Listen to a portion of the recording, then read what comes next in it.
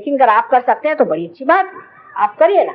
ये कोई काम आसान नहीं, पहाड़ों जैसी कुंडलिनी उठाना आसान चीज नहीं है, लेकिन इसलिए कि कुछ कहना ही चाहिए तो लोग किसी किस तरह की बातें करते रहते। इससे कोई हमारा क्या लाभ होने वाला है? हम तो सब प्राप्त, हमारे पास तो सब कुछ, लेकिन बांटे बगैर मजा भी नहीं आता। इसीलिए मैं कहती हूँ कि हम तो बड़े कैपिटलिस्ट हैं और हम बड़े भारी कम्युनिस्ट भी हैं, क्योंकि बांटे बगैर मजा नहीं आता है और सब दूर घूमते फिरते रहते हैं जंगलों में, गरीबों के पास, अमीरों के पास, सबके पास दौड़ते रहते हैं कि बाबा अपने आत्म साक्षात्कार को प्राप्त। एक माँ की इच्छा यही है कि जब तुम्हारा ही इतना बड़ा धन, तुम्हारे अंदर इतनी संपत्ति, तो क्यों न उसे प्राप्त करें, उस संपत्ति को क्यों न प्राप्त करें, उस संपत्ति को हम क्यों न अपने अंदर पनपने दें और उसका उपयोग करें, उसकी शक्ति पर हम जागरूक। ये हमारा देश का धरोहर, ये हमारा देश का धरोहर।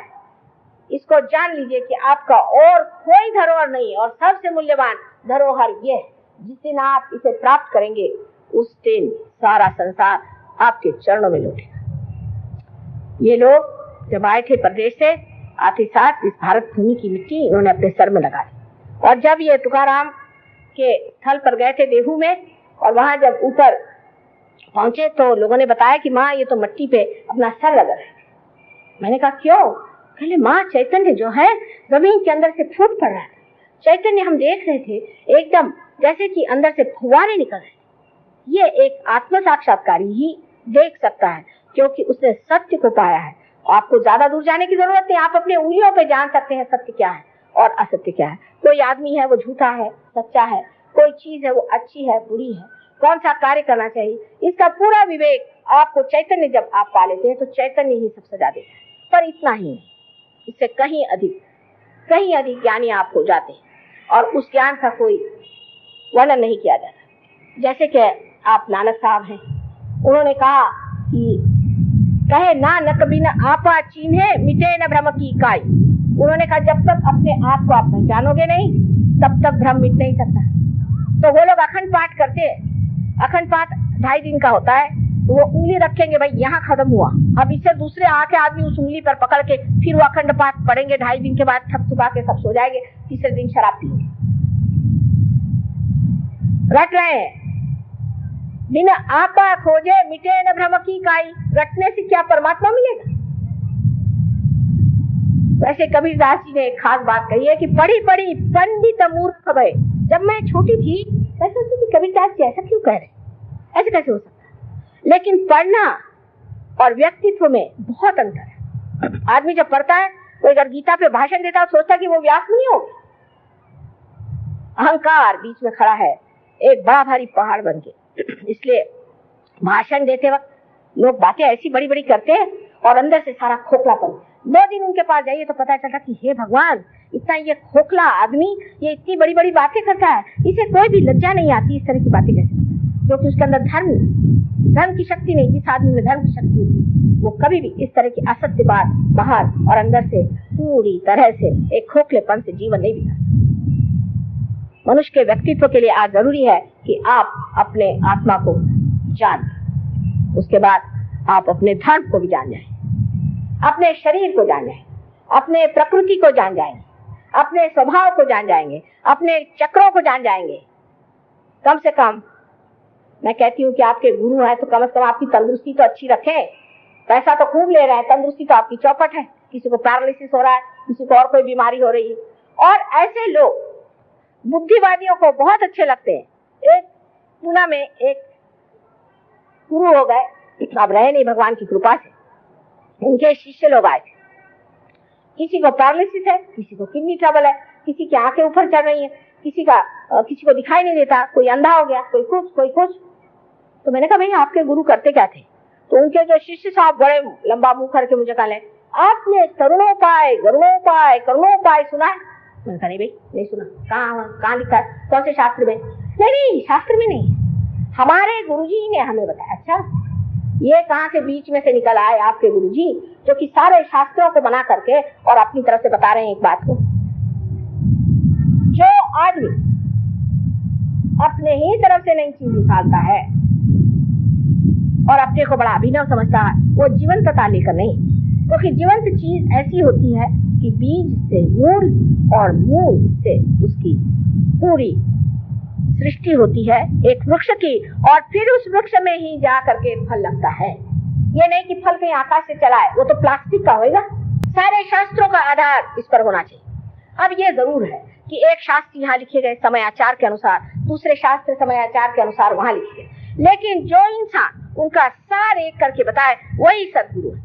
जो उनमें ये दिखाए कि ये गलत है और वो गलत है, वो आदमी सदगुरु नहीं। साईनाथ, श्री के साईनाथ, उनके मैं जब जगह गई थी तो मुझे बड़ा आनंद आया। उन्होंने लिखा है कि किसी भी धर्म की निंदा करना महापाप है। धर्म चीज और उस धर्म के पालने वाले उसके उल्टा मुंह करके बैठे हुए। इसलिए उनके पालने वालों से आप धर्म को गालियां मत दीजिए। धर्म चीज और ज्यादातर धर्म इसलिए लोग इस्तेमाल करते हैं कि यही एक पाखंड से वो जिंदगी में रह सकते। जैसे हमारे बंबई में एक बार बड़ा भारी स्मगलिंग केस हुआ, तो जब उन्होंने विलायती शराब लाई तो वो गीता के किताबें बना करके ऐसी झूठ मूठ की उसके अंदर रखेगा, क्योंकि गीता को कौन पूछे। इसी तरह से धर्म है, बड़ा भारी टीला विला लगा लीजिए, एक नाटक बना लीजिए और धर्म का नाम ले लीजिए तो लोग चले आपके पैर। धर्म के लिए संसार छोड़ने की जरूरत नहीं, घर द्वार छोड़ने की जरूरत नहीं। कोई चीज जब पकड़ी नहीं तो छोड़ेंगे किसी? जिसने किसी चीज को पकड़ा हो वही तो छोड़ेगा।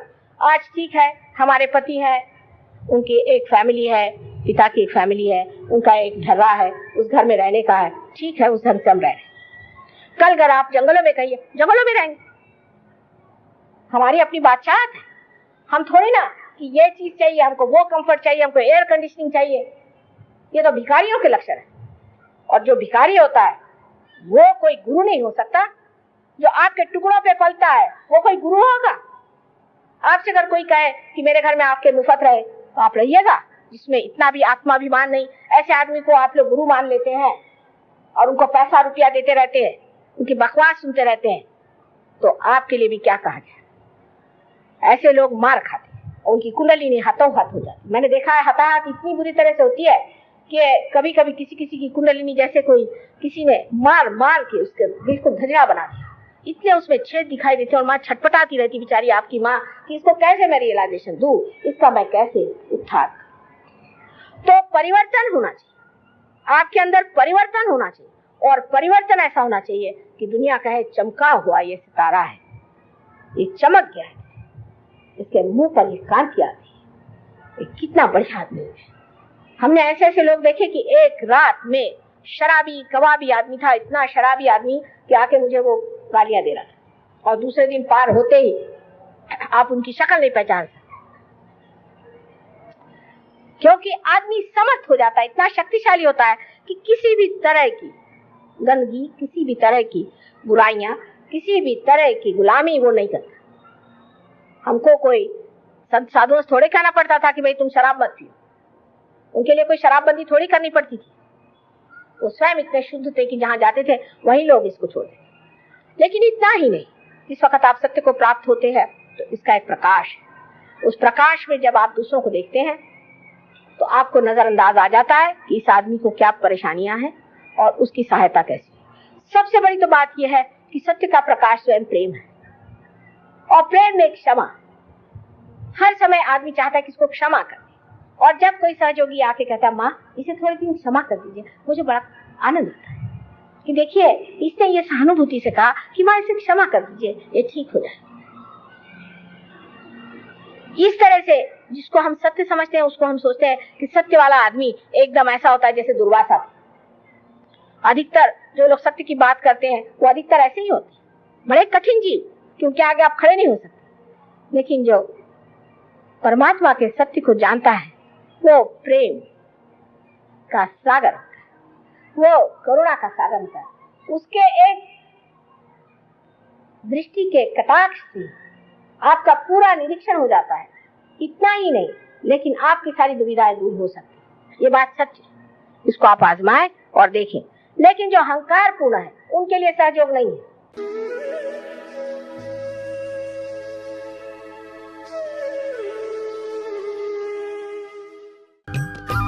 सब्सक्राइब कीजिए कुंडलिनी जागरण को और प्रेस कीजिए बेल आइकन को, जिससे कि आपको मिल सके हमारी लेटेस्ट वीडियो सबसे पहले।